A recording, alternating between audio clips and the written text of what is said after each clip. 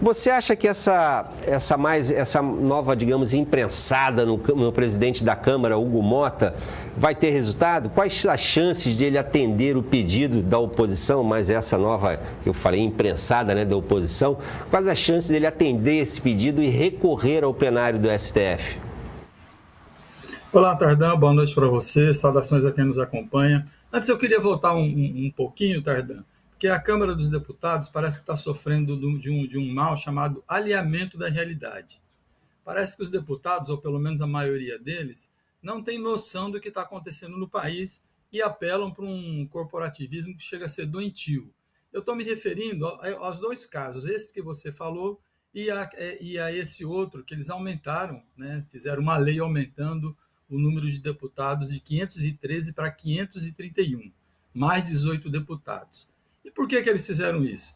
Porque o Supremo Tribunal Federal, atendendo uma ação do governo do Pará, mandou, que isso consta em lei e também é constitucional, rever a quantidade de parlamentares que cabia a cada estado de acordo com a nova realidade demográfica do Brasil, ou seja, de acordo com o aumento populacional. E aconteceu o seguinte, nessa revisão, alguns estados perderiam deputados e outros ganhariam. Então, isso aí ajustaria para manter o número de 531 deputados. Então, o que a Câmara fez? Né? Parece uma molecagem. Eles pegaram e aumentaram o número de deputados para entregar um número maior de cadeiras para aqueles estados que teriam um aumento de deputados e, ao mesmo tempo, não reduziu daqueles que deveriam ser reduzidos. Né?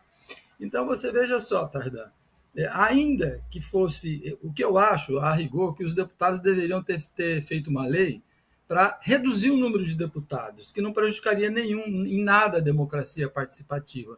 Mas eles fizeram aumentar esse processo. E a cara de pau deles dizerem que isso aí não vai aumentar o custo da Câmara. Imagina, a gente vai aumentar o número de deputados, mas não, olha, vamos gastar o mesmo, pode ficar tranquilo. É imaginar muito que as pessoas vão acreditar nisso, enfim. Diga lá, continue aí que eu te interrompi. Tranquilo, isso também não é verdade, né? Porque, obviamente, se aumenta o número de deputados e você vai aumentar a despesa dos deputados. Hoje tem um estudo de 2018, se não me engano, Tardan, que diz que o parlamento brasileiro é o segundo mais caro do mundo, atrás apenas dos Estados Unidos, gastando 7 milhões de dólares por ano.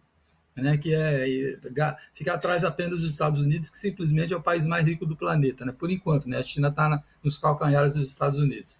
Então, não faz sentido. Aí você vê essa outra molecagem que foi esse processo que eles entraram, essa ação, aliás, esse processo não, essa lei que eles votaram para livrar o Ramagem das acusações de golpe de Estado, entre outros. Agora, o que acontece? A Constituição, Tardan, se você lê o trecho, é muito claro ao dizer que o deputado, a Câmara, pode suscitar um processo penal contra o deputado quando ele está eleito, depois da diplomação. Antes não pode. Então, o que o Supremo fez? Né? O Supremo ele concedeu que o que aconteceu no 8 de janeiro, depredação do patrimônio público, etc., ele não seria julgado, mas por tentativa de golpe de Estado, formação de quadrilha, etc., o Ramagem seria submetido ao processo. E é assim que vai ser. E é o mais justo. Né? Não seria. E tinha mais uma armadilha, tinha mais um truquezinho ainda no processo, e caberia também outros réus que não o Ramagem, a exemplo do presidente Jair Bolsonaro.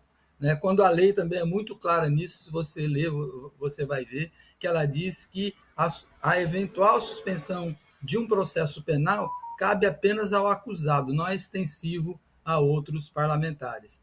Então, na verdade, Tardan, é um constrangimento que eles tentam impor ao Supremo Tribunal Federal, mas dessa vez acho que vão cair do cavalo, porque, enfim, é uma coisa muito evidente o aumentar o número de parlamentares e livrar o Ramagem das penas que ele tem que responder, das acusações que ele tem que responder, mas, enfim, é um completo alinhamento da realidade.